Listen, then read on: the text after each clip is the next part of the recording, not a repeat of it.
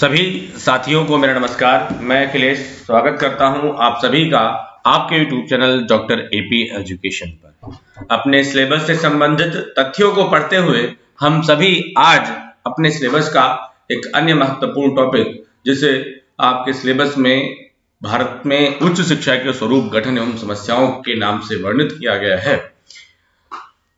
ये लेक्चर तो फिलहाल पीजीटी एजुकेशन के जो तैयारी कर रहे हैं हमारे साथी हैं उनके लिए ज्यादा महत्वपूर्ण है। साथ में उन प्रतियोगी भाइयों के लिए भी महत्वपूर्ण है जिनकी परीक्षा में एजुकेशन विषय से संबंधित तथ्यों को पूछा जाता है। आज के अपने इस लेक्चर में हम सभी भारत में हायर एजुकेशन का जो कॉन्सेप्ट है वो किस समय से रहा और उसके विकास क्रम का अध्ययन करते हुए इस पर देखेंगे कि क्या जो आज का वर्तमान स्वरूप है, वो वर्तमान स्वरूप मतलब जो विश्वविद्यालयों का आज स्वरूप है, ये विश्वविद्यालयों का स्वरूप सिर्फ अंग्रेजों के समय था या उससे पूर्व भी हमारे वैदिक काल में या मुस्लिम काल में, जो बौद्ध काल में उच्च शिक्षा के जो संस्थान थे उन्हें किन नामों से जाना जाता था। विभिन्न आयोगों की सिफारिशों का अध्ययन करते हुए हम सभी विश्वविद्यालय अनुदान आयोग और राष्ट्रीय उच्चतर शिक्षा अभियान रूसा के बारे में भी अध्ययन करने का प्रयास करेंगे। तो चलिए अपने तथ्यों को क्रमबद्ध रूप से पढ़ना प्रारंभ करते हैं।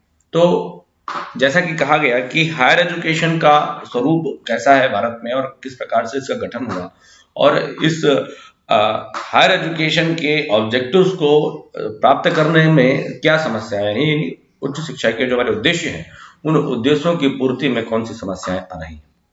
हमने देखा कि हमारे भारत देश में उच्च शिक्षा का जो उल्लेख है वो तो वैदिक काल से ही मिलता है, चाहे वैदिक काल हो, बौद्ध काल हो और मुस्लिम काल हो, अंग्रेजों के आने से पहले। तो इन तीनों स्तरों पर शिक्षा दो स्तरों में विभाजित थी, आपका प्राइमरी लेवल और हायर लेवल। ठीक है, प्राथमिक शिक्षा और उच्च शिक्षा के नाम से तीनों कालखंडों में इसका विभाजन देखने को मिलता है। हाँ, ये प्रश्न आ सकता है कि माध्यमिक, और आया भी है कि माध्यमिक शिक्षा यानी सेकेंडरी एजुकेशन का जो कॉन्सेप्ट है वो हम किसके प्रयासों से, शिक्षा का जो सेकेंडरी एजुकेशन स्वरूप है वह किसके प्रयासों से माना जाता है, तो अंग्रेजों के प्रयासों से माना जाता है। ठीक है, परंतु उच्च शिक्षा का स्वरूप हमारे पुरातन ऐतिहासिक जो हमारा शैक्षणिक इतिहास है उसमें देखने को मिलता है। तो भारत में उच्च शिक्षा का उल्लेख वैदिक काल से ही मिलता है। और एक अगर उदाहरण हम देखते हैं तो तक्षशिला विश्वविद्यालय, जिनके आचार्य चाणक्य और उनकी अर्थशास्त्र की में वर्णित नीतियां आज के समय तक प्रासंगिक हैं। बौद्धकालीन नालंदा विश्वविद्यालय, विक्रमशिला विश्वविद्यालय, इन सब का भी गौरवमयी इतिहास हम सभी को उच्च शिक्षा के बारे में जानकारी प्रदान करता है। अच्छा भाई, तो जरा सा इनकी ओवरव्यू ले लेते हैं जो हमारे पुरातन विश्वविद्यालय है, चूंकि इनसे भी प्रश्न आया हुआ है आपके यहाँ। तक्षशिला विश्वविद्यालय, प्रश्न आया कि तक्षशिला विश्वविद्यालय कहाँ स्थित है। तो तक्षशिला विश्वविद्यालय जो कि पाकिस्तान 1947 के बाद बना, तो जो वर्तमान पाकिस्तान है उसका जो रावलपिंडी का क्षेत्र है उत्तरी, उसे 18 मील उत्तर की ओर पाकिस्तान और अफगानिस्तान के बॉर्डर पर कहा जाता है। तो तक्षशिला विश्वविद्यालय की स्थापना जिस समय हुई है या जिस नगर में स्थित था, कहा जाता है कि वह प्रभु श्री राम के भाई भरत के पुत्र तक्ष के नाम पर उस नगर की स्थापना की गई थी। तो तक्ष के नगर पर उस नगर की स्थापना थी तक्ष के नाम पर, तो इसे तक्षशिला विश्वविद्यालय भी कहा, तक्षशिला कहा गया। और तक्षशिला वहां का जो सबसे बड़ा शैक्षणिक संस्थान था उसे तक्षशिला के नाम, तक्षशिला विश्वविद्यालय के नाम से जाना गया। और कहा जाता है कि भारत विश्व का सबसे बड़ा पहला विश्वविद्यालय कौन सा था, तो विश्व का सबसे पहला विश्वविद्यालय तक्षशिला विश्वविद्यालय को कहा जाता है, जिसकी स्थापना लगभग 700 ईसा पूर्व मानी जाती है। और वर्तमान में हम इसके स्वरूप को नहीं देख पा रहे हैं, क्योंकि वह जिस स्थान पर स्थित था वही उसी रास्ते से अधिकतम विदेशी आक्रमण भारत पर हुए। तो जब विदेशी आक्रमण सबसे पहले किसी भी राष्ट्र के ऐतिहासिक और सांस्कृतिक गौरव को नष्ट करना चाहते हैं, तो ऐसी ही कुटिल दृष्टि उनकी भी हमारे विश्वविद्यालयों पर पड़ी और अंततः इनका 6वीं शताब्दी तक वर्णन मिलता है कि आक्रमणकारियों द्वारा पूरी तरीके से इसको नष्ट करवा दिया गया। दूसरा एक महत्वपूर्ण विश्वविद्यालय जिसका नाम नालंदा विश्वविद्यालय था, बौद्धकालीन आपका बहुत प्रचलित ये विश्वविद्यालय रहा। इस विश्वविद्यालय की स्थापना का श्रेय गुप्त शासक कुमारगुप्त प्रथम को जाता है। 7वीं शताब्दी में हिंसुआंग जब भारत आया तो उसने भी अपने यात्रा वर्णन में नालंदा विश्वविद्यालय के बारे में लिखते हुए कहा कि इसमें लगभग 10,000 छात्र और लगभग 2,000 के करीब, यानी यहाँ पर 1510 लिखा हुआ है, लगभग 1510 आचार्य इस विश्वविद्यालय में थे। लगभग 2,000 के करीब इन्होंने कहा कि यहाँ प्रोफेसर्स हैं। भाई आचार्य तो हम हिंदी में कहते हैं, आज के समय में हमने आचार्य को प्रोफेसर्स कहते हैं, सहायक आचार्य को हम असिस्टेंट प्रोफेसर कहते हैं। तो जो हिंदी में आचार्य हैं वही प्रोफेसर हैं। तो यहाँ पर हम क्यों उसको अलग से जाने कि वो आचार्य का नाम लेते ही आपके मस्तिष्क में क्यों आ जाए कि बड़ी बड़ी चोटियां रखाए हुए, पीला वस्त्र धारण किए हुए, गिरुआ वस्त्र धारण किए हुए। हाँ, ड्रेस हो सकती है, परंतु ज्ञान को हम उस एक इमेज में क्यों हम बांधे। ठीक है, तो आज आप हम सब ने पैंट शर्ट पहन लिया है, कोट पहन लिया है, तो आचार्य, तो भले सिखा नहीं रखा रहे हैं, भले दंड लेकर नहीं चल रहे हैं, तो वो आप जरा सा रिलेट करने का प्रयास करिएगा। ठीक, तो ऐसे वर्णन मिलता है। और प्रश्न एक बनता है नालंदा विश्वविद्यालय के बारे में कि नालंदा विश्वविद्यालय को अंतरराष्ट्रीय ख्याति कब प्राप्त हुई। तो कहा जाता है कि 7वीं शताब्दी में नालंदा विश्वविद्यालय को अंतरराष्ट्रीय ख्याति प्राप्त हुई थी, जहां पर जावा, सुमात्रा, अन्य देशों के लोग भी पढ़ने आते थे, चाइना, इन सब के क्षेत्र के लोग भी पढ़ने आते थे। ठीक है, तो ये चीनी यात्री भी पढ़ने आया था, बौद्ध दर्शन के बारे में अध्ययन करने आया था। इस विश्वविद्यालय में 3 श्रेणियों के आचार्यों का वर्णन मिलता था। नालंदा विश्वविद्यालय के प्रसिद्ध आचार्यों में शीलभद्र, धर्मपाल, चंद्रपाल, गुणमती, स्थिरमती आदि आचार्यों का वर्णन भी मिलता है। और जब हिंसुआंग भारत आया था तो उस समय इस विश्वविद्यालय के मुख्य प्रमुख आचार्य कह सकते हैं, कुलपति महोदय जो हमारे थे, वो शीलभद्र थे। नालंदा विश्वविद्यालय में सहस्त्रों विद्यार्थियों और आचार्यों के अध्ययन के लिए विशालकाय पुस्तकालय थे। 9 तल के विश्वविद्यालयों का वर्णन मिलता है। 3 विश्वविद्यालय जो 9 तल के थे उनका वर्णन तो स्पष्ट रूप से उनकी लाइब्रेरी का नाम भी मिलता है, जिन्हें रत्नरंजक, रत्नोदधि और रत्नसागर कहा गया। और कहते हैं कि लगभग 13वीं शताब्दी तक इस विश्वविद्यालय का पूर्णतः अवसान हो गया, पूरी तरीके से नष्ट हो गया। इस पर अगर कहें तो पहला आघात हुण शासकों ने किया, परंतु इसको पूरी तरीके से नष्ट करने का जो काम वो कुतुबुद्दीन ऐबक के सेनापति बख्तियार खिलजी द्वारा किया गया। इसके विशाल ग्रंथशालाएं, यहाँ पर बहुत अप्राप्य सब ग्रंथ रखे हुए थे, और कागज जलाने में कितना समय लगता है आप तो ये जानते हैं। और 6-6 महीने तक ये कहा जाता है, वर्णन आता है कि 6-6 महीने तक विश्वविद्यालय धो कर जलते रहे। तो इस प्रकार से हमारे मूल ग्रंथों को नष्ट करते हुए तुर्क आक्रमणकारियों द्वारा हमारे गौरव को नष्ट करने का प्रयास किया गया। विक्रमशिला विश्वविद्यालयों का वर्णन अगले क्रम में मिलता है। कहा गया कि जो नालंदा विश्वविद्यालय था, इसके कुछ पतन का भी समय आ रहा था। तो उस पतन के समय को ध्यान में रखते हुए बिहार राज्य में ही राजा पाल वंश के राजा धर्मपाल थे। उन्होंने 775 और 800 ईस्वी के करीब नालंदा विश्वविद्यालय की स्थापना, विक्रमशिला विश्वविद्यालय की स्थापना वर्णन मिलता है कि बख्तियार खिलजी द्वारा इसे भी नष्ट करवा दिया गया था। पुष्पगिरी विश्वविद्यालय मिलता है। अगर कोई क्वेश्चन आता है कि निम्नलिखित में से पुष्पगिरी विश्वविद्यालय कहाँ स्थित था, ऐसे वर्णन मिल सकता है। वल्लभी विश्वविद्यालय कहाँ स्थित था। तो जो भी प्रमुख विश्वविद्यालय हमारे हैं, तो आपको मैं बताने का प्रयास कर रहा हूँ। कहा गया कि वर्तमान भारत में जो उड़ीसा प्रांत है वहां पर स्थित था, और 30वीं शताब्दी में कलिंग राजाओं ने इसका निर्माण कराया था, पुष्पगिरी का। वल्लभी का वर्णन भी मिलता है मैत्रेय वंश के सेनापति भुट्टारक के द्वारा, और यह विश्वविद्यालय गुजरात, सौराष्ट्र में स्थित था। ठीक, तो ये कुछ हमारे वैदिक और बौद्धकालीन जो भारतीय संस्कृति पर पूर्णतः आधारित थे ऐसे विश्वविद्यालयों का नाम। अब हम जानते हैं कि 1200 के बाद से भारत में तुर्क शासन यानी मुस्लिम शासन प्रारंभ हुआ। तो मुस्लिम शासन प्रारंभ होने के पश्चात शिक्षा के दृष्टिकोण पर अगर हम बात करें तो कहा गया इन्होंने भी शिक्षा को 2 स्तरों में, प्राथमिक और उच्च स्तरों में विभाजित कर रखा था। प्राथमिक स्तर के लिए मकतब, जो प्राइमरी स्कूल थे उनका नाम था मकतब, और इनके जो हायर एजुकेशन के इंस्टीट्यूट थे उन्हें मदरसा कहा जाता है। ठीक है, आज भी कहा जाता है। ठीक है, तो ये जो उच्च शिक्षा के केंद्र थे उनको विश्वविद्यालय न कह करके मदरसे कहे गए।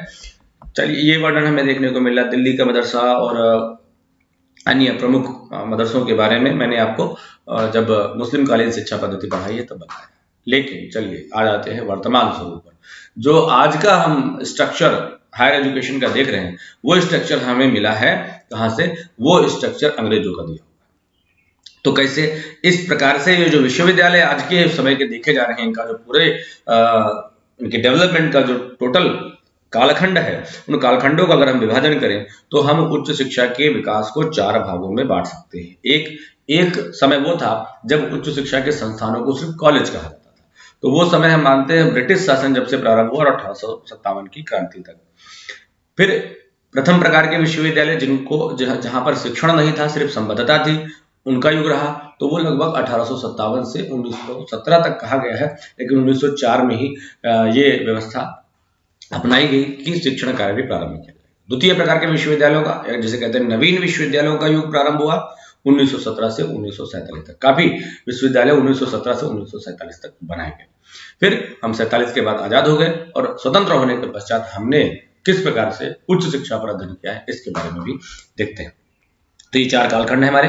पहला कालखंड है हमारा कॉलेजों का युग। कहा गया कि 1857 से पूर्व, यानी हमारा अगर कहें 1813 का पहला आज्ञा पत्र है और 1813 के आज्ञा पत्र के आसपास से भी उच्च शिक्षण संस्थानों की स्थापना शुरू हो चुकी थी और 1857 तक अगर हम बात करें तो कहा गया कि इस समय उच्च शिक्षा के केंद्र केवल क्या थे, केवल कॉलेज थे। और 1857 तक कई सरकारी और गैर सरकारी कॉलेजों की स्थापना हो चुकी थी। ये चारों कॉलेज जो जितने मैंने यहाँ पर लिखे हैं, ये सारे के सारे आ चुके हैं आपकी परीक्षा में, ध्यान से समझिए, इसीलिए क्रम से लिखा है। Calcutta Madrasa 1781, Banaras Sanskrit college 1791, Fort William college 1800, Hindu college 1817। Calcutta Madrasa किसने बनवाया? Warren Hastings 1781। बनारस संस्कृत कॉलेज किसने बनवाया? 1791, श्री जॉनथन डंकन। और Fort William college 1800, Lord Wellesley. यानी अंग्रेजों ने कुछ प्रयासों के माध्यम से हिंदू, मुस्लिम और ईसाई तीनों के लिए एक अलग अलग उच्च शिक्षण संस्थानों की व्यवस्था कर दी। आगे हिंदू कॉलेज 1817 राजा राममोहन राय द्वारा बनाया गया। इन्हें भारतीय पुनर्जागरण का दूत भी कहा जाता है। एक और बात ध्यान रखिएगा कि एक और महत्वपूर्ण कॉलेज है सेंट्रल हिंदू कॉलेज, जिसकी व्यवस्था एनी बेसेंट ने कराई थी, उन्हें बनवाया था। और इस सेंट्रल हिंदू कॉलेज का जो महत्व है वो वर्तमान जो बीएचयू है उसके स्थापना में इसका बड़ा योगदान है। ठीक, स्पष्ट बातें हैं। चलिए आगे बढ़ते हैं। दूसरा जो है प्रथम प्रकार के विश्वविद्यालयों का युग 1857 से 1917 तक, पूरा 1800। हमने देखा कि जो भारत में विश्वविद्यालयों की स्थापना का सुझाव था वो वुड के घोषणा पत्र में दिया गया। वुड डिस्पैच 1854 में दिया गया कि अब भारत में विश्वविद्यालयों की स्थापना का एक समय आ चुका है, यहाँ पर भी लंदन विश्वविद्यालय की तर्ज पर विश्वविद्यालय स्थापित किए जाने चाहिए। तो ये वुड के घोषणा पत्र में सुझाव दिया गया, ठीक है। और इस सुझाव के आधार पर 1857 तक जो ब्रिटिश शासन के प्रमुख केंद्र थे, कोलकाता, मुंबई और मद्रास, यहाँ पर भी एक एक विश्वविद्यालय लंदन विश्वविद्यालय की तर्ज पर स्थापित किए गए। ठीक, क्वेश्चन अगर पूछा जा सकता है कि वुड के घोषणा पत्र के अनुसार भारत में विश्वविद्यालय किस विश्वविद्यालय के आधार पर, किस विश्वविद्यालय को आदर्श मानकर स्थापित किए गए, तो लंदन विश्वविद्यालय। तो अब ये जो 1857 से 1917 का जो समय है, ठीक, इस पूरे कालखंड को अगर हम देखें तो इस समय कितने आयोग बने हैं शिक्षा के क्षेत्र में, तो सबसे पहला वर्णन मिलता है भारतीय शिक्षा आयोग 1882, जिसे हंटर कमीशन के नाम से जानते हैं। और इसे हम कहते हैं कि ब्रिटिश भारत का शिक्षा पर बनने वाला पहला आयोग। ठीक, तो इसका वैसे तो महत्वपूर्ण फोकस जो था वो सेकेंडरी एजुकेशन तक, परंतु उच्च शिक्षा के क्षेत्र में भी इसने महत्वपूर्ण कुछ सुझाव दिए। ठीक, तो एक हंटर कमीशन मिल गया। हंटर कमीशन में क्या था कि प्राथमिक शिक्षा को स्थानीय निकाय और माध्यमिक शिक्षा को योग्य एवं कुशल नागरिकों को सौंपने का सुझाव दिया, और ऐसा काम उन्होंने उच्च शिक्षा के लिए भी कहा। अगला बात मिली, अगला लॉर्ड कर्जन जब 1899 में भारत का गवर्नर जनरल बना तो उसने क्या किया कि शिमला शिक्षा सम्मेलन का नाम आप सभी ने सुना होगा। 1901 में शिमला शिक्षा सम्मेलन हुआ और वह शिमला शिक्षा सम्मेलन लगभग 15 दिन तक चला और वहां पर 150 प्रस्ताव पारित कराए गए शिक्षा के संदर्भ में। लेकिन वहां पर सभी प्रांत के शिक्षा संचालकों, ईसाई मिशनरियों को बुलाया गया, लेकिन किसी भी भारतीय को नहीं बुलाया गया। इसलिए भारतीयों ने इस सभी लॉर्ड कर्जन के पूरे शासनकाल में संशय रहा। इसीलिए इन्होंने उच्च शिक्षा के क्षेत्र पर अध्ययन करने के लिए कहा कि जो हमारा लंदन विश्वविद्यालय का जो लंदन विश्वविद्यालय है उसके तो काफी डेवलपमेंट हो चुका है, परंतु उसी के आदर्श पर भारत में स्थापित हुए विश्वविद्यालयों का स्वरूप में कोई परिवर्तन क्यों नहीं देखने को मिल रहा है। इन सबके अध्ययन के लिए भारतीय विश्वविद्यालय आयोग का गठन 1902 में किया गया। लैले महोदय की अध्यक्षता में 1902 में इसका गठन हुआ है। आयोग की प्रमुख सिफारिशों को सीधे अधिनियमित करने के लिए भारतीय विश्वविद्यालय अधिनियम 1904 में लॉर्ड कर्जन ने इसको अधिनियमित भी कर दिया कि पूरी तरीके से संसद से पास करवा दिया, और पास कराने के बाद सीधे कह दिया गया कि विश्वविद्यालयों का कार्यक्षेत्र इस समय बढ़ गया और विश्वविद्यालय जो 1854 में थे स्थापित किए गए थे उनका प्रमुख कार्य सिर्फ संबद्धता प्रदान करना और मूल्यांकन करना तथा परीक्षाएं करना था, शिक्षण कार्य नहीं था। तो ये जो शिक्षण कार्य प्रारंभ हुआ है ये आपके भारतीय विश्वविद्यालय अधिनियम 1904 के बाद से हुआ। कहता है, प्रश्न भी आता है कि विश्वविद्यालय में शिक्षण कार्य प्रारंभ करने का प्रमुख सुझाव किसने दिया, तो विश्वविद्यालय आयोग आएगा। विश्वविद्यालय में शिक्षण कार्य प्रारंभ करने का कार्य किसने किया, तो वो अधिनियम आ सकता है। ठीक, अगला वर्णन मिलता है 1913 की शिक्षा नीति में। तो 1913 की जो शिक्षा नीति है इसमें अगर हम देखें तो जो ये शिक्षा नीति थी वो गोखले जी के प्रयासों, जो सुझाव जो उन्होंने केंद्रीय विधानसभा में प्राथमिक शिक्षा के बारे में अनिवार्य निःशुल्क के विषय में कहा था, और उस समय जॉर्ज पंचम भी भारत आए थे तो उनके भी कुछ प्रमुख सुझावों के आधार पर यहाँ पर शिक्षा नीति बनाई गई थी। परंतु उसमें से जो उच्च शिक्षा के बारे में है उनको सिर्फ हम पढ़ते हैं तो देखते हैं कि परीक्षा हेतु विश्वविद्यालय की प्रादेशिक सीमा निश्चित की जाए, ये कहा गया, और कहा गया प्रत्येक प्रांत में एक विश्वविद्यालय जरूर होना चाहिए और शिक्षण विश्वविद्यालय की स्थापना की जाए। तो बढ़िया प्रश्न बनता है कि प्रत्येक प्रांत में प्रत्येक प्रदेश में एक विश्वविद्यालय स्थापित करने का सुझाव सबसे पहले कब दिया गया, तो 1913 की शिक्षा नीति। 1917 तक आते आते सबसे आखिरी जो 1917 का जो समय है वहां पर कलकत्ता विश्वविद्यालय आयोग का वर्णन मिलता है। तो विश्वविद्यालय अधिनियम द्वारा कह तो दिया गया, तो 1913 में भी ये शिक्षा नीति लागू हुई थी कि विश्वविद्यालयों में शिक्षण कार्य प्रारंभ कर दिया जाए। तो एक और कार्य विश्वविद्यालयों पर बढ़ गया था कि संबद्धता के साथ साथ शिक्षण। इसी दृष्टि से कलकत्ता विश्वविद्यालय का वर्णन हमें देखने को मिलता है, और कलकत्ता विश्वविद्यालय में काफी समस्याएं आ रही थी। अपनी कलकत्ता विश्वविद्यालय की समस्याओं से परिचित कराने के लिए जो वहाँ के शिक्षा संचालक थे सर आशुतोष मुखर्जी, इन्होंने सरकार को अवगत कराया कि भैया देखिए कि विश्वविद्यालय अपनी गुणवत्ता के नाम पर बहुत निचले स्तर तक गिरता चला जा रहा है, इसलिए यहाँ की गुणवत्ता को बनाए रखने के लिए एक आयोग का गठन किया जाना चाहिए। तो सरकार ने क्या किया, सरकार ने कलकत्ता विश्वविद्यालय की समस्याओं का अध्ययन करने के लिए सर माइकल सैडलर की अध्यक्षता में 1917 में एक आयोग का गठन कर दिया। कहा कि जाओ भैया देखो कलकत्ता विश्वविद्यालय में क्या समस्या आ रही। तो जब माइकल सैडलर और उनकी टीम ने जब अध्ययन करना प्रारंभ किया तो देखा कि भैया ये जो समस्या विश्वविद्यालय की कलकत्ता की है ये पूरे देश के विश्वविद्यालयों की यही समस्या है। क्या कहा कि पहली बात तो विश्वविद्यालय अपनी शिक्षण कराए, कि अपनी परीक्षा कराए, कि संबद्धता कराए, और साथ के साथ ये इंटरमीडिएट भी लटका पड़ा है इसके साथ में, इसकी भी परीक्षा का जिम्मा इन्हीं के ऊपर पड़ा है कक्षा 12 की। तो कहा कि सबसे पहला काम करिए इसको खटाक से हटाइए, इसको इंटर को आप यहाँ से हटाइए।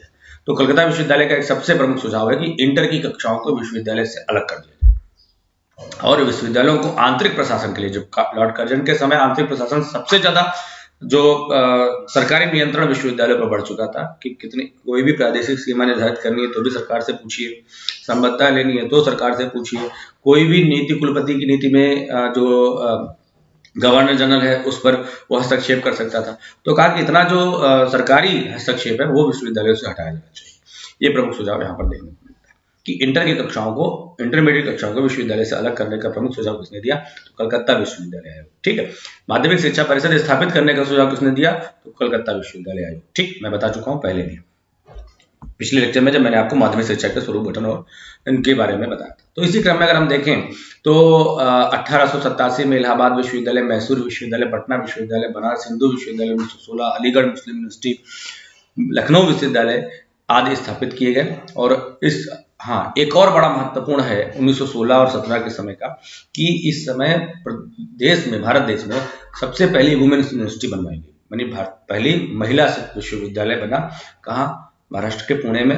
किसके प्रयासों से, महर्षि कर्वे के प्रयासों से। क्या नाम है उसका वर्तमान में, SNDT, नत्थीबाई दामोदर ठाकरसी महिला विश्वविद्यालय। ठीक, अच्छा भाई, अब आगे ये हो गए कुछ प्रयासों को और भी हम ऐतिहासिक क्रम में अध्ययन करते हुए एक परिषद और एक उच्च शिक्षा से संबंधित एक संस्था का भी वर्णन देखने को मिलता है जिसका नाम है अंतर विश्वविद्यालय परिषद। सभी विश्वविद्यालयों की एक परिषद बनाने की बात कही गई 1925 में। 1924 में भारतीय विश्वविद्यालयों की एक शिमला में गोष्ठी हुई और कहा गया कि 1925 और उसी के अनुसार 1925 में अंतर विश्वविद्यालय परिषद का गठन किया गया कि इंटर यूनिवर्सिटी जो काउंसिल थी वो बनी और उस इंटर यूनिवर्सिटी काउंसिल में सभी विश्वविद्यालय के कुलपतियों को सम्मिलित होने की बात कही गई। अगला वर्णन उच्च शिक्षा के क्षेत्र में मिलता है तो 25 के बाद हम आते हैं 27 में। 27 में हर्टाग कमेटी का वर्णन मिलता है। हर्टाग कमेटी 1927-29 में बनाई गई। इसने सबसे पहले अपव्यय और रोधन को परिभाषित किया था, ठीक, प्राथमिक शिक्षा के क्षेत्र में। उच्च शिक्षा की बात करें तो एकात्मक तथा संबद्धक विश्वविद्यालयों को प्रोत्साहन, जो इनकी यूनिटरी और जो इनके जो एफिलिएशन विश्वविद्यालय उनको प्रोत्साहन देने की बात कही। विश्वविद्यालय के शिक्षण को उन्नत किया जाए और विश्वविद्यालय की प्रवेश प्रक्रिया को कठिन किया जाए। कहा कि सिर्फ योग्य छात्र ही उच्च शिक्षा को प्राप्त करना चाहिए, जो बहुत योग्य नहीं है वो जाए काम सीखें और अपना कुछ काम धाम करें, ठीक। इसी क्रम में हम 1927 के बाद सीधे आ जाते हैं 37 में गांधी जी हैं।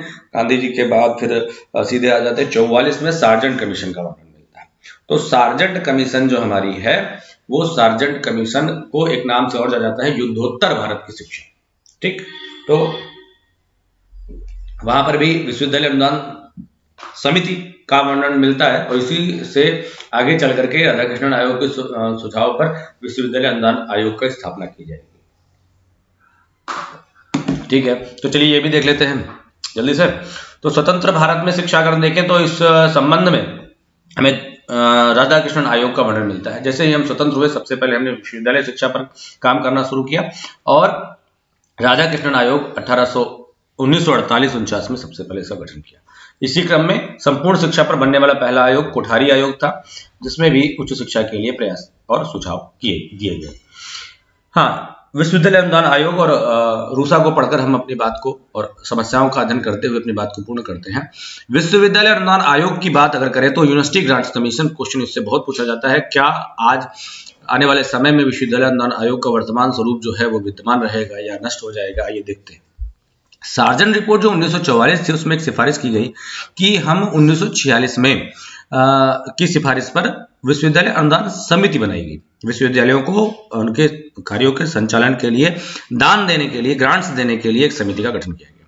फिर 48 में किसका गठन हुआ? विश्वविद्यालय शिक्षा आयोग का, जिससे स्वतंत्र होने के पश्चात 46 के बाद हम 47 में आजाद हो गए। स्वतंत्र होने के पश्चात विश्वविद्यालय शिक्षा आयोग की सिफारिश के आधार पर, वहां पर भी कहा गया कि विश्वविद्यालय अनुदान आयोग की स्थापना की जानी चाहिए, की सिफारिश के आधार पर विश्वविद्यालय शिक्षा के स्तर को बनाए रखने और विश्वविद्यालय और उनसे संबद्ध महाविद्यालयों को आवश्यक अनुदान देने के लिए 28 दिसंबर 1953 में भारत सरकार ने इसका नाम विश्वविद्यालय अनुदान आयोग कर दिया। जो विश्वविद्यालय अनुदान समिति थी उसका नाम क्या हो गया? राधाकृष्णन कमीशन, यानी विश्वविद्यालय शिक्षा आयोग के सुझाव पर विश्वविद्यालय अनुदान आयोग कर दिया। क्यों इसको मैं थोड़ा सा एम्फेसाइज कर रहा हूँ? क्योंकि क्वेश्चन आया है कि विश्वविद्यालय अनुदान आयोग की स्थापना किस आयोग के सुझाव पर स्थापित हुई। तो आपका क्या होगा? सार्जन कमीशन नहीं होगा, आपका विश्वविद्यालय शिक्षा आयोग राधाकृष्णन कमेटी, ठीक है। चलिए अब जरा देखते हैं कि ये तो प्रश्न आता है दो इससे, कि इसकी स्थापना कब की गई और उसको वैधानिक दर्जा कब दिया गया। तो अगर आएगा कि विश्वविद्यालय की स्थापना कब की गई तो आपको कहना होगा 1953, और जब कहा जाएगा कि इसको वैधानिक दर्जा कब दिया गया, अधिनियमित कब किया गया, तो आपका जवाब होगा 1956। कैसे? 1956 में संसद में एक अधिनियम द्वारा विश्वविद्यालय शिक्षा के एक वैधानिक संगठन के रूप में विश्वविद्यालय अनुदान आयोग की औपचारिक स्थापना की गई और तभी से इसे हम औपचारिक रूप से स्थापित मानते हैं, ठीक। चलिए अब ये जो विश्वविद्यालय अनुदान आयोग है इसके बारे में मैंने आपको पहले भी बता रखा है एक वीडियो में, तो यहाँ पर भी मैं चूंकि विषय आ रहा है तो बताते हुए आगे बढ़ते हैं कि जो ये विश्वविद्यालय अनुदान आयोग है विश्वविद्यालय शिक्षण, परीक्षा, अनुसंधान, मानकों के समन्वय, निर्धारण और रखरखाव का कार्य करता है। इसका जो प्रमुख कार्यालय है वो नई दिल्ली है और अपने कार्यों के कुशल संचालन के लिए इसके 6 क्षेत्रीय कार्यालय पुणे, भोपाल, कोलकाता, हैदराबाद, गुवाहाटी और बेंगलोर में स्थित है। इससे भी प्रश्न आ चुका है कि निम्नलिखित में से कहां पर यूजीसी का मुख्यालय नहीं स्थित है, तो इनको 6 को याद रखिएगा और जहां पर नहीं होगा वहां पर ध्यान दे दीजिएगा।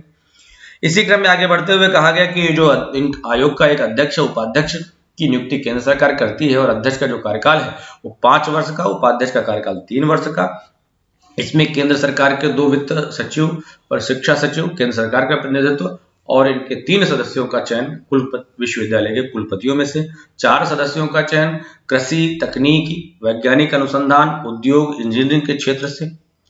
इस प्रकार से अगर हम कहें तो विश्वविद्यालय अनुदान आयोग, यूनिवर्सिटी ग्रांट्स कमीशन में कितने सदस्य होते हैं, तो 9 सदस्य इस प्रकार से होते हैं। और केंद्र सरकार इसके जो ये आयोग जो पैसा देता है, उसको पैसा कौन देता है, उसको केंद्र सरकार पैसा देती है। ठीक, केंद्र सरकार ही आयोग के लिए बजट निश्चित करती है। वर्तमान समय में अगर हम देखें तो इसके कार्य और क्षेत्र क्या हैं। सर्वप्रथम उच्च शिक्षा के संदर्भ में सरकार को सलाह देना, उच्च शिक्षा के स्थिरमान को बनाए रखना, विश्वविद्यालय के विभिन्न विश्वविद्यालयों के पाठ्यक्रमों में समानता रखना और समन्वय स्थापित रखना। चौथा प्रमुख कार्य बताया गया कि विश्वविद्यालय और उनसे संबद्ध महाविद्यालयों को विभिन्न मदों में अनुदान देना, इसका प्रमुख कार्य। आगे कहा गया कि ये जो विश्वविद्यालय अनुदान आयोग है, जरा इसके वर्तमान स्वरूप को तत्काल देखते हुए आगे बढ़ते हैं कि आगे जो विश्वविद्यालय अनुदान आयोग है वो पहले नेट की परीक्षा का आयोजन करती थी, जिसको उत्तीर्ण करके जो छात्र थे वो विश्वविद्यालय और महाविद्यालयों में असिस्टेंट प्रोफेसर के रूप में नौकरी प्राप्त करते थे। परंतु 2018 से इसके संचालन का काम सीबीएसई को दे दिया गया और 84 विषयों में देश के 91 शहरों में सीबीएसई ने ये परीक्षा का संचालन कराया। लेकिन और आगे बढ़ते हुए दिसंबर 2018 तक एनटीए को ये काम सौंप दिया गया, नेशनल टेस्टिंग एजेंसी बनाई गई और इसको और नई शिक्षा नीति में भी कहा गया कि इसको और मजबूत किया जाएगा। ये विभिन्न स्तर की प्रवेश परीक्षाओं का भी आयोजन यही कराएगी। तो एनटीए अब नेट की परीक्षा का संचालन करा रही है, हम सब जानते हैं इसके बारे में। और उच्च शिक्षा हेतु जो भी शिक्षा प्रत्यायन है का कार्य विश्वविद्यालय अनुदान के 15 संस्थानों के द्वारा किया जाता है। 2009 में, अब इसके जरा इसके सस्पेंस को देखते हैं कि 2009 में एक योजना प्रस्तुत की गई और कहा गया कि विश्वविद्यालय अनुदान आयोग और अखिल भारतीय तकनीकी शिक्षा परिषद को बंद कर देना चाहिए, क्योंकि और इसके स्थान पर एक अधिक शक्ति संपन्न प्राधिकरण बनाने की बात कही गई। कहा गया कि 2015 में भी एमएचआरडी मंत्री द्वारा नियुक्त एक समिति ने बताया कि जो यूजीसी है वो अपने कार्यों को अच्छा से संचालन नहीं कर पा रही है, तो इसे भंग कर देना चाहिए। केंद्र सरकार ने शिक्षा के क्षेत्र में बड़े सुधार हेतु विश्वविद्यालय अनुदान आयोग और अखिल भारतीय तकनीकी शिक्षा परिषद को AICTE को समाप्त कर उसके स्थान पर एक नए उच्च शिक्षा नियामक बनाने का प्रयास कर रही है, जिसका नाम हीरा रखा गया है। ठीक, बहुत इंपॉर्टेंट क्वेश्चन है कि उच्च शिक्षा की नियामक संस्था निम्नलिखित में से कौन सी है। ठीक, तो कौन कौन सी है, तो हीरा भी है आपका higher education empowerment regulation agency, ठीक, जिसे हीरा के नाम से जाना जाता है। ठीक है, नीति आयोग के सीईओ अमिताभ कांत व उच्चतर शिक्षा सचिव के शर्मा वो अन्य विशेषज्ञ इसके संबंध में कानून बना रहे हैं। और अगर क्वेश्चन आता है कि विश्वविद्यालय अनुदान आयोग के अध्यक्ष कौन है, तो विश्वविद्यालय अनुदान आयोग के अध्यक्ष प्रोफेसर धीरेन्द्र पाल सिंह है। अब आता है एक और अलग दूसरी संस्था, नियामक संस्था, जल्दी से कंप्लीट करते हैं। राष्ट्रीय उच्चतर शिक्षा अभियान रूसा 2013, ये भी क्या है, ये भी राष्ट्रीय उच्चतर शिक्षा एक केंद्र प्रायोजित योजना है जो पात्र राज्य उच्चतर शैक्षिक संस्थाओं को वित्त पोषित करने के उद्देश्य से बनाई गई है।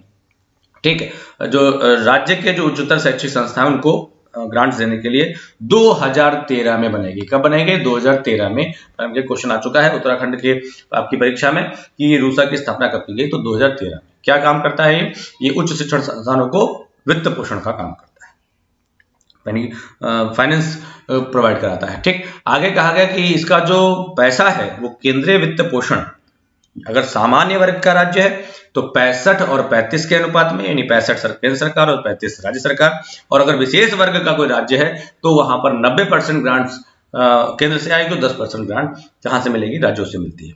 मापदंड आधारित आउटकम अधीन जो व्यवस्था है वो की गई है।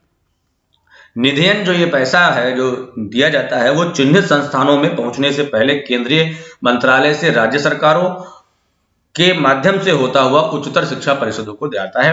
फिर राज्य उच्चतर शिक्षा योजनाओं के समालोचनात्मक मूल्यांकन के आधार पर राज्यों को इसका फाइनेंस प्रोवाइड कर दिया जाता है, जो उच्चतर शिक्षा में समानता, पहुंच और उत्कृष्टता के मामलों को सुलझाने के लिए राज्य की कार्य योजना की व्याख्या भी करता है। चलिए, रूसा का हो गया। रूसा क्या है, 2013 में आई है, किस लिए है, वित्त पोषण के लिए, राज्य उच्च शिक्षा। ठीक है, अच्छा, अगला रूसा और विश्वविद्यालय अनुदान आयोग में अंतर क्या है कि ये राज्य के जो उच्च शिक्षण संस्थान उनको, और विश्वविद्यालय अनुदान आयोग पूरे विश्वविद्यालय, पूरे भारत के विश्वविद्यालयों के नियामक संस्था है, और ये योजना है वो पूरी तरीके से एक आयोग है। प्रमुख कार्यों की अगर बात करें तो विश्वविद्यालय के प्रमुख कार्य क्या क्या हैं, तो कहा गया कि प्रमुख कार्य शिक्षण, दूसरा प्रमुख कार्य अनुसंधान, तीसरा प्रमुख कार्य एफिलिएशन और चौथा प्रमुख कार्य उसके प्रसार, ज्ञान का प्रसार। ठीक, तो ये क्वेश्चन भी आ चुका है कि विश्वविद्यालय के प्रमुख कार्य क्या क्या है, तो शिक्षण, अनुसंधान, संबद्धता और प्रसार। अब आगे आखिरी टॉपिक इसको कंप्लीट करते हैं कि उच्च शिक्षा के क्षेत्र में प्रमुख समस्याएं कौन कौन सी। अगर हम प्रमुख समस्याओं का अध्ययन करें तो इसे हम 3 वर्गों में विभाजित कर सकते हैं। पहला, संख्यात्मक वृद्धि नहीं हो रही है, गुणात्मक वृद्धि नहीं हो रही है। किस प्रकार से, तो संख्यात्मक वृद्धि अगर नहीं हो रही है तो प्रवेश की कई सारी कॉम्प्लिकेशन है जिनकी वजह से प्रवेश की समस्या है। संस्थाओं की स्थापना में असंतुलन है, अपव्यय की समस्या और अनुशासनहीनता की तो बड़ी समस्या विश्वविद्यालय में देखने की मिलती है। लिंग 2 समिति का गठन भी किया गया छात्र संघों के लिए। शिक्षा का गिरता हुआ स्तर भी संख्यात्मक वृद्धि में बाधा का उत्पन्न कर रहा है। अगर हम गुणात्मक दृष्टि से बात करें तो बात आता है कि ये जो उच्च शिक्षा के उद्देश्य हैं, किस प्रकार के समाज के नागरिकों का निर्माण करना चाहते हैं, उसको लेकर भी बड़ी समस्या है। पाठ्यक्रम में किन किन विषयों का सम्मिलित किया जाए, इसको लेकर भी कोई प्रमुख उद्देश्य स्थित नहीं है। शिक्षक और शिक्षण विधि से भी संबंधित समस्याएं देखने को मिलती हैं। ठीक, लेक्चर मेथड है, एक ही विधा से पढ़ाया जाता है, बच्चे समझ पा रहे हैं नहीं समझ पा रहे हैं, इस पर बहुत ज्यादा ध्यान देने में थोड़ी सी समस्याएं भी देखी गई हैं। और उच्च शिक्षा के माध्यम की समस्या, बहुत अधिक समस्या तो यही है कि अक्सर हिंदी मीडियम के छात्र जो बीएससी और ऐसे प्रोफेशनल कोर्स में एडमिशन लेते हैं तो उनको जो लैंग्वेज है उसमें समस्या आती है। फिर जो ये संगठनात्मक कॉम्प्लेक्सिटी है, यानी संगठनात्मक और प्रशासनिक समस्याओं में केंद्र शासित और राज्य विश्वविद्यालयों का वर्णन हमें देखने को मिलता है। केंद्र और राज्य के विश्वविद्यालयों को पुनः हम वर्गीकृत कर सकते हैं किस प्रकार से, आवासीय तथा शिक्षण, संबद्धक तथा शिक्षण यानी एफिलिएशन, और तीसरे प्रकार के सिर्फ संबद्धक विश्वविद्यालय यानी एफिलिएशन वाले, संघात्मक और शिक्षण विश्वविद्यालय, मुक्त विश्वविद्यालय, डीम्ड यूनिवर्सिटी और आपकी वित्तीय यानी सेल्फ फाइनेंस यूनिवर्सिटी। जो ऐसी भी यूनिवर्सिटीज है, इनके भी संरचना का जो कॉन्सेप्ट है वो भी हमें देखने को मिलता है और इन सबसे भी संरचनात्मक इम्प्लीमेंटेशन में समस्याएं देखने को मिलती हैं। तो चलिए, अभी तक हम लोगों ने पूरी तरीके से विश्वविद्यालय उच्च शिक्षा के क्षेत्र के बारे में अध्ययन करने, प्राथमिक, माध्यमिक और उच्च तीनों के बारे में हमने पढ़ा। आगे मैं आपको अगला लेक्चर शैक्षिक नवाचार के बारे में पढ़ाऊंगा, एजुकेशनल इनोवेशन, प्रौढ़ शिक्षा, सतत शिक्षा, सबके बारे में इसको बताते हुए ये आपको यूनिट कंप्लीट हो जाएगी। चलिए मिलते हैं अगले लेक्चर में, तब के लिए धन्यवाद। भारत माता की जय।